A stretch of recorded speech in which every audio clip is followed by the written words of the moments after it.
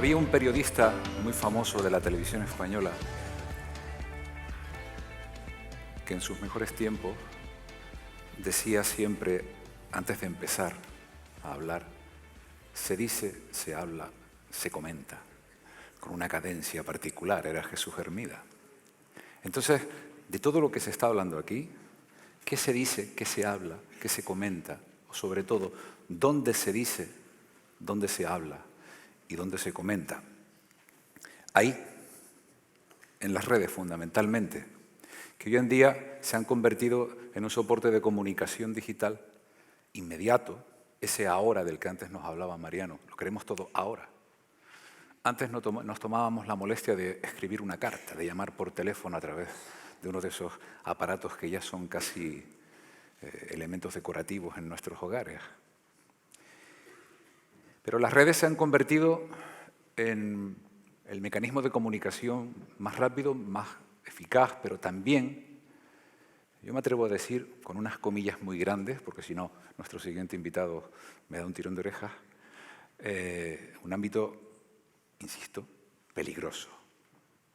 Porque hay una cosa que a mí me gusta llamar como principio de honestidad, ¿no? Es ese filtro por el cual yo me presento ante ti tal y como soy. No me oculto tras máscaras, no me oculto tras seudónimos ni códigos de ningún tipo.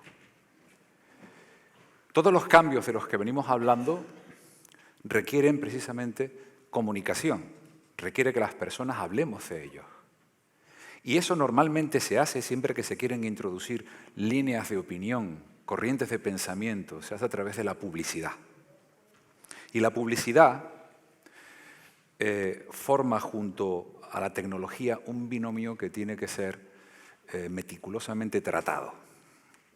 Y siempre sin perder de vista que detrás de todo soporte hay personas, como venimos hablando, que es el mantra del que Paco nos hablaba al principio de la mañana. Entonces, la pregunta que a mí me surge, y es la pregunta que creo que todos tenemos en la cabeza, dado que va todo tan rápido, dado que la tecnología está haciendo una especie de realidad no paralela, sino que nos lleva por delante muchos pasos y a la cual nos tenemos que ir encaramando. Yo me pregunto hasta qué punto estamos sabiendo no subordinarnos al avance tecnológico, estamos sabiendo no perder de vista que siempre hablamos de herramientas y estamos sabiendo tener en perspectiva siempre a la persona como elemento clave de toda transacción comunicativa, por decirlo de alguna manera. Y de alguna manera, Josué González, nuestro próximo ponente, nos viene a acercar ese mundo. Su ponencia se titula Publicidad en la era de la inteligencia artificial. Y él, que es miembro de la Academia Internacional para las Ciencias y las Artes Digitales, sabe un rato de eso por su experiencia y por su solvencia. Josué González.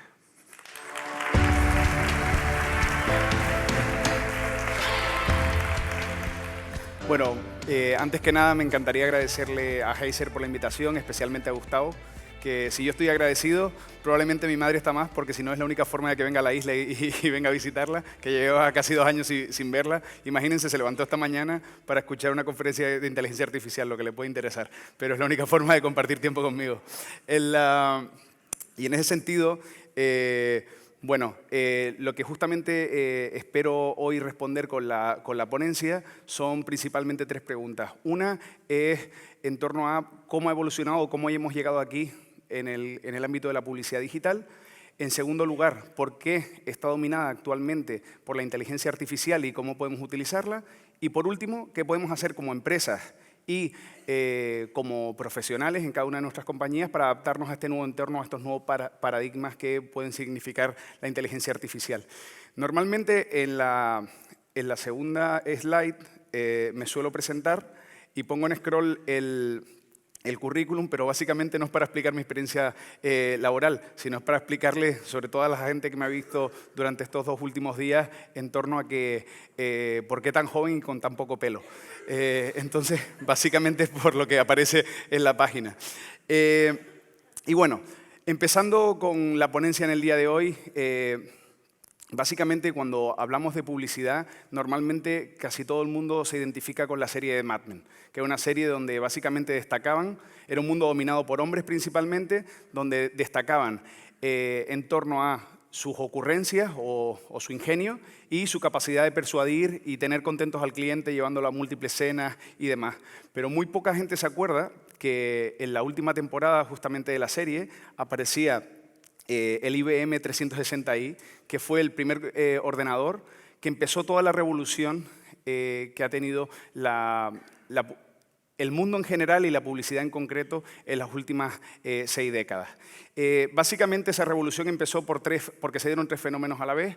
Por un lado, empezaron a bajar el precio de los ordenadores. Por otro lado, el nivel de computación, la capacidad de cómputo, se creció de forma radical. Y adicional, cada vez hubo, sobre todo a partir de los años 90, un crecimiento radical de los diferentes dispositivos que fueron conectados a la red, generando, por supuesto, pues mucho más datos, que justamente es lo que habilita, digamos, 3 épocas que hemos podido vivir justamente en los últimos 30 años. Cada una de las épocas tenía una nueva forma de conectar información, aparecía una métrica o una forma de medir lo que marcaba la tendencia, y por último, siempre se establecía que había un dispositivo, por decirlo de alguna forma, que era quien lo reinaba. En cada una de estas épocas hay empresas que lo adaptaron y se adaptaron, digamos, a la nueva tendencia, al nuevo paradigma, y pudieron sacar provecho de ello, y hubo empresas que pues lo tomaron de forma táctica.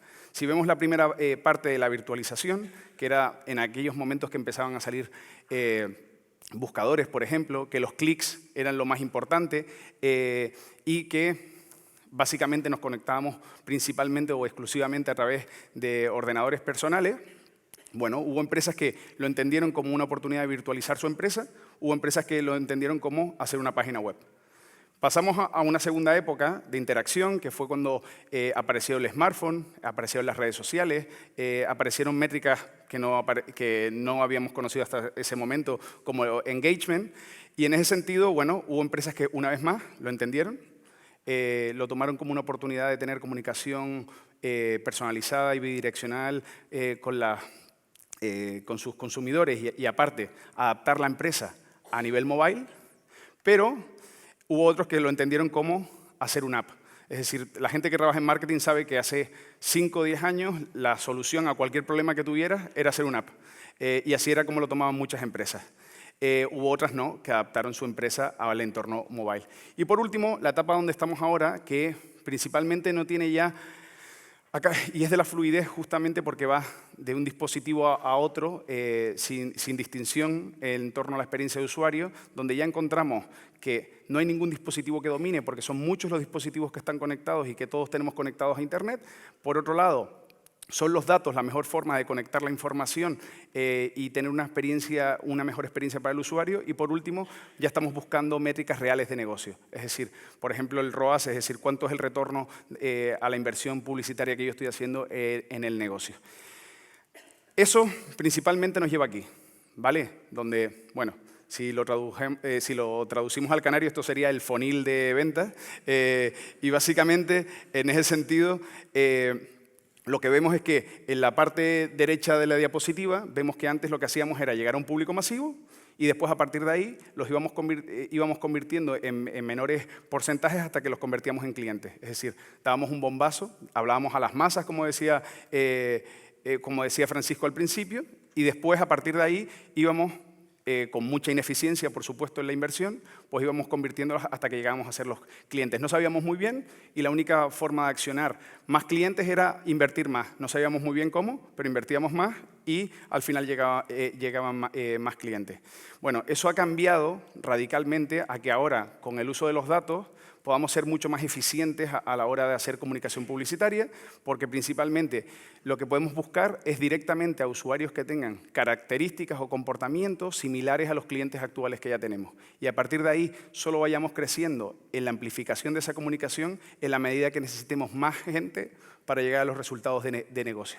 Eso hace que pasemos de métricas intermedias, como podían ser datos demográficos, es decir, personas de 25 a 35 o geográficos, vive en el norte de Tenerife, para pasar a métricas reales de personas, es decir, datos declarados, personas uno a uno, o datos comportamentales, es decir, tienes muchas más posibilidades de comprar un viaje si eventualmente visitaste la página de una empresa de viajes que si tienes entre 25 y 35. Es decir, 25 a 35, por poner un ejemplo, es un ámbito muy amplio. Mientras que si entras en una página de viajes, normalmente es porque estás buscando un viaje. Entonces es mucho más sencillo, es mucho más eficiente.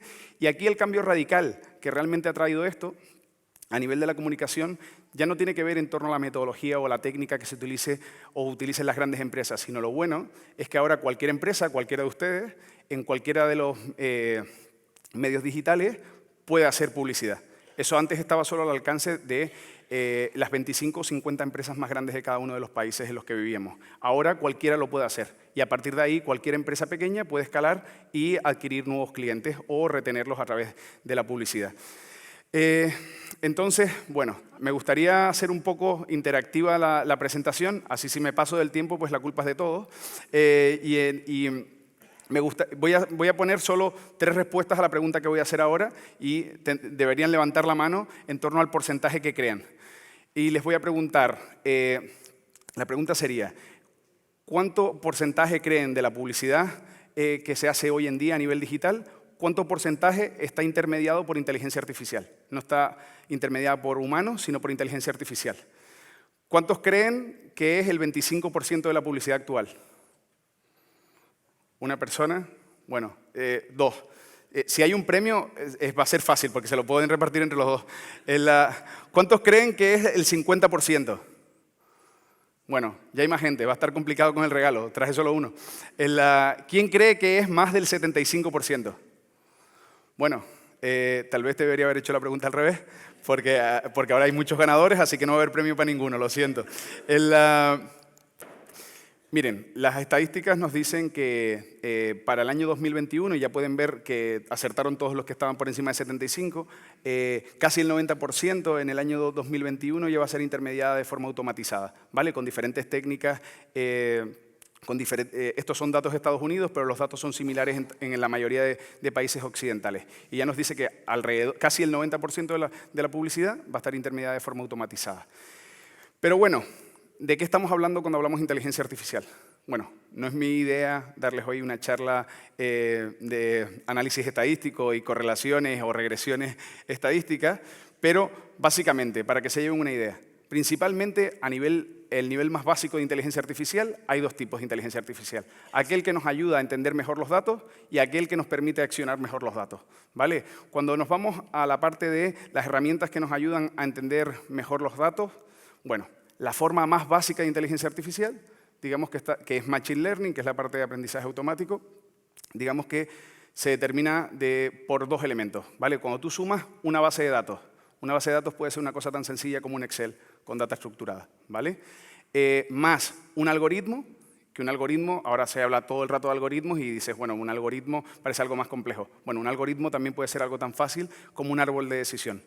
Si pasa esto, que ocurra esto otro, si no ocurre esto, que ocurra esto otro. Y así, pues, un árbol de decisión con tantas decisiones como se nos puedan ocurrir. Bueno, digamos que esa es la parte más sencilla de inteligencia artificial. Podemos llegar hasta inteligencia artificial que, digamos, imita de la forma más posible a un cerebro humano, ¿vale? Y por la parte de las que nos ayudan, bueno, les voy a poner 2 ejemplos que yo creo que todos van a poder identificar. Un ejemplo sencillo en torno a una tecnología que eventualmente utilizan en el día a día son los sistemas de recomendación.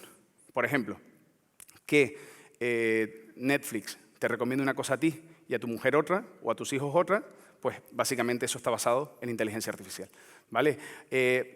Analítica predictiva, que utilicen Waze por la mañana para saber si van a tardar 1 hora o 2 horas en la cola de la autopista, básicamente también es inteligencia artificial. Son diferentes aplicaciones.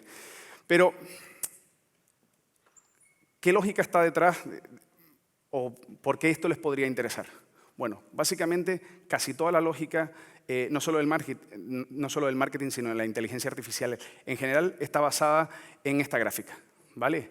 En torno a que para escalar de forma eficiente y que sumar un caso adicional a lo que esté solucionando la inteligencia artificial sea un costo marginal, eso es lo que te permite la inteligencia artificial. Es decir, en el largo plazo te devuelve tiempo. Te devuelve tiempo para dedicarlo a las cosas realmente importantes y no en cuestiones rutinarias del negocio.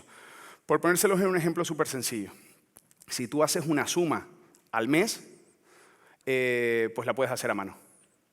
Pero si empiezas a hacer 50 sumas al día, eventualmente tiene sentido programar una calculadora. Porque ya, ok, te va a costar mucho más programar una calculadora que hacer la suma a nivel manual, pero una vez tienes la calculadora, pues vas a ser mucho más eficiente hacia adelante. Bueno, pues imagínense, después de la calculadora, programar un Excel, por decirlo de alguna forma, y a partir de ahí llevárnoslo a una solución de inteligencia artificial. Eso es una forma muy sencilla de entender por qué al principio una solución de inteligencia artificial nos va a llevar normalmente más esfuerzo, pero a largo plazo va a ser mucho más eficiente. Y la otra cuestión importante a tener en cuenta con la inteligencia artificial es que normalmente todos los sistemas de inteligencia artificial aprenden en base al uso. Entonces, incluso dos soluciones con la misma capacidad tecnológica hacen que solo el hecho de que hayas empezado primero, tú seas más competitivo que el competidor. Por eso es tan importante invertir tratar de invertir en inteligencia artificial desde que estén disponibles soluciones que ahora mismo ya se pueden hasta alquilar como un servicio de suscripción, muchas soluciones de inteligencia artificial. Pero esa misma inteligencia artificial que está disponible para todos va a ser más inteligente para su negocio en base a que la hayan utilizado y la hayan entrenado específicamente para su negocio. Entonces, bueno, algunos estarán diciendo, bueno, esto es chino avanzado, otros estarán diciendo, esto ya me lo sabía. Entonces, vamos a bajarlo a tierra en 3 ejemplos muy sencillos de cómo, ok, salgo de aquí y en qué puedo utilizar inteligencia artificial. La primera sería en análisis de datos, ¿vale? Es decir, principalmente, esto es un sistema, digamos, de análisis de datos muy sencillo, es decir, los menos sofisticados tienen en torno a 5 capas y aquí está traducido en 3, pero cuando analizas datos pasa lo mismo que con el ejemplo que les puse de la suma. Es decir, tú puedes llegar a una capacidad, tienes una capacidad finita de procesamiento versus a lo que puede tener una máquina. Y entonces cuando buscamos atribuir, por ejemplo, una inversión publicitaria, es decir, ok, yo invertí en 5 medios diferentes, pero ¿cuál fue el que me trajo la venta? ¿O cuál incidió más en que esa persona me comprara? Bueno, esos son el tipo de operaciones complejas que nos puede ayudar la inteligencia artificial a hacer y resolver de una forma eficiente. Otra, segmentación. Si nosotros aquí, por ejemplo, podemos hacer una segmentación de ciertos hombres que nos gusta, no sé, algún tipo de música en concreto, pues las correlaciones que vamos a encontrar entre nosotros van a ser muy simples. Pero cuando tú le das a la máquina todos los datos, va a poder encontrar características únicas, sobre todo en altos volúmenes de data, va a poder encontrar características únicas y encontrar nuevas bolsas de clientes que por ti mismo no habías descubierto y no eres capaz de haber visto antes. Entonces esto nos aventura a que tengamos una segmentación no solo más rica, sino que además nos crezca el volumen de negocio. Y por último, también nos ayuda a identificar cuáles son las mejores señales para nuestro negocio. Normalmente, cada vertical de negocio es diferente y cada negocio es un mundo en sí mismo. Entonces, hasta ahora el marketing siempre había funcionado en torno como a reglas generales, que ya no sirven más, porque tienes que hacer experimentación en cada uno de los negocios para entender qué realmente te funciona o no. Les voy a poner un ejemplo que creo que van a entender todos. Tomando el ejemplo de los viajes. Bueno, sí, normalmente cuando entras en la página de una agencia de viajes o un intermediador de viajes, sí es porque estás buscando un viaje. Y como normalmente la decisión la tomas en 10 días, tiene sentido que después te esté saliendo un banner por diferentes páginas, porque básicamente te está recordando y es para conseguir que finalmente compres con ellos, ¿no? Porque aventuran que estás buscando en más sitios. Pero es un viaje de consumidor completamente diferente al de un cerrajero. Cuando tú buscas cerrajero 24 horas, por poner un ejemplo, de nada te sirve el retargeting durante las próximas 2 semanas, porque normalmente cuando buscas cerrajero 24 horas es porque lo estás necesitando en el siguiente minuto. Entonces, ese es un ejemplo para mostrarles lo fácil o complejo que puede llegar a ser la utilización de estas herramientas y cómo podemos encontrar ventajas competitivas para nuestro propio negocio. Bueno, una segunda cuestión en la que nos puede ayudar, sobre todo si se dan cuenta, son labores súper tediosas que normalmente a un ser humano por sí mismo no le gusta hacer. Es como trabajar en un call center. Puede que trabajes en un call center, pero no creo que te guste trabajar recibiendo las llamadas en un call center. Entonces, otra tarea tediosa es la de decisiones de campaña. ¿Cómo nos puede ayudar? Bueno, primero, determinando cuál debería ser el presupuesto óptimo en base a la data histórica que tengamos en nuestras inversiones. Nos puede ayudar a elegir cuál es el mejor formato, si es una imagen, si es un vídeo con un fondo azul o es un fondo con un fondo amarillo. Es decir, la máquina puede, es decir, el sistema de cualquier publicidad basada en inteligencia artificial va a poder decidir por sí sola cuál es la que tiene mayor propensión a conseguir los resultados de negocio que le estés pidiendo al algoritmo. Y por último, incluso, también cuál es el canal más adecuado. Porque, pues, dependiendo de la persona, a lo mejor es muy intensivo en entrar en la página web de un periódico o es muy activo en entrar en redes sociales. El algoritmo, si tú le pides a las personas adecuadas, es el que va a determinar y va justamente a conjugar las tres cosas anteriores. Va a distribuir el presupuesto entre los diferentes públicos. Entre los diferentes públicos va a decidir cuál es el formato adecuado, incluso cuál es el ensamble de mensaje correcto de acuerdo a la flexibilidad que le hayamos dado y te lo va a entregar en el canal correcto. Entonces, si se dan cuenta, es algo altamente complejo y altamente aburrido. Y es justamente en las cosas que nos puede ayudar la inteligencia artificial. Y por último, también nos puede ayudar muchísimo en escalar la interacción con el cliente. A esto probablemente muchos se hayan enfrentado y es un ejemplo sencillo es un chatbot, que básicamente es un chat virtual con el que vas hablando, le vas dando opciones y en base a eso te va respondiendo y te ahorras pues, que haya personas haciéndolo y que le puedan dedicar el tiempo a las cosas que realmente le aporten más valor a la compañía que dando, no sé, el número de casos a cada uno de los clientes que va escribiendo un mensaje directo. Lo importante de esto es que claramente no lo hagamos solo a nivel de árbol de decisión, porque entonces no habría inteligencia artificial, sino también que creemos datos históricos que lo alimenten, de forma que, ok, la primera vez que hablo contigo, sí te voy a dar todos mis datos, pero la segunda ya deberías haberlo aprendido. Y después de N viajes, ya deberías saber incluso si te estoy comunicando a esta hora de la noche, a dónde quiero ir, ¿vale? Les pongo un ejemplo sencillo de hasta dónde puede llegar, que a muchos de ustedes les pasará. Y es el hecho de que cuando llegas al aeropuerto, ya te está saliendo una notificación de la aerolínea con la que viajas. Y eso es en base, o cuando buscas en el aeropuerto las aplicaciones a utilizar, las que te salen en acceso directo son aquellas que normalmente utilizas en una locación como esa. Entonces eso lo hace justamente basado en un motor de inteligencia artificial. Y fíjense, esto no va a parar. Entre 2018 y 2025 se supone que va a crecer en torno a un 53% año sobre año. Pero bueno, muchos de ustedes habrán dicho, no lo entendí muy bien, pero me convenciste de que la inteligencia artificial va a hacer un montón de cosas por nosotros. Ok, ¿y nosotros qué podemos hacer? Bueno, lo primero es entender que hay cosas que nosotros, los humanos, podemos hacer mejor y en el horizonte del mediano plazo vamos a seguir haciendo mejor que las máquinas, ¿vale? Y hay cosas que la máquina ya hace mejor. ¿Cuál es el problema? Que normalmente las empresas que no son como las empresas probablemente que hemos visto hoy, como Cabify, por ejemplo, están estructuradas al revés. Las personas están haciendo las cosas que hacen mejor los robots o que hace mejor la inteligencia artificial, mientras que y no están haciendo lo que hacemos nosotros mejor que las máquinas. Y entonces le damos 2 minutos para hacer la estrategia o plantear objetivos o generar la creatividad que le podemos aportar al negocio.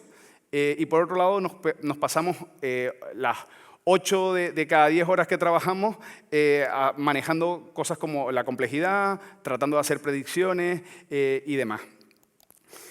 Y bueno, esta ya es la penúltima slide y básicamente les quiero transmitir un mensaje y es, bueno, ok, la inteligencia artificial va a seguir creciendo, va a seguir impactando a las empresas o aquellas empresas que la adopten van a ser mucho más eficientes y mucho más ágiles que aquellas que no la adopten.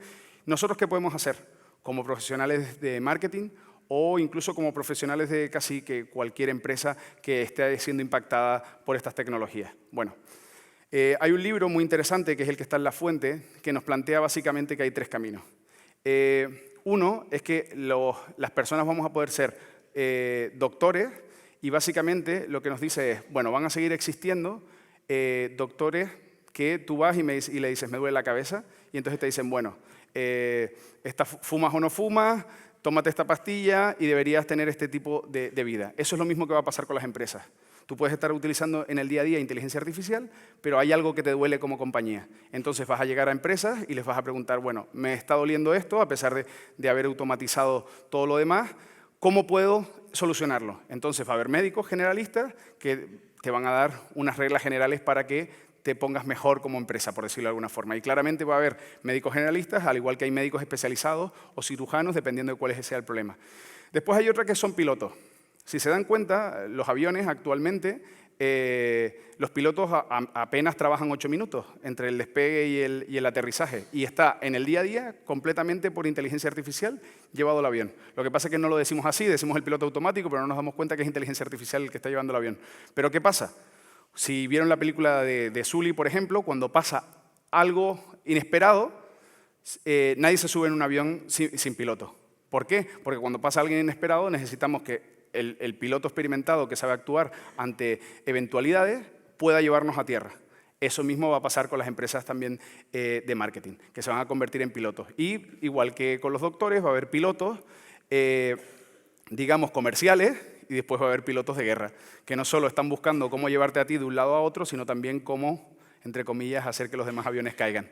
Y por último está el de profesores, ¿vale?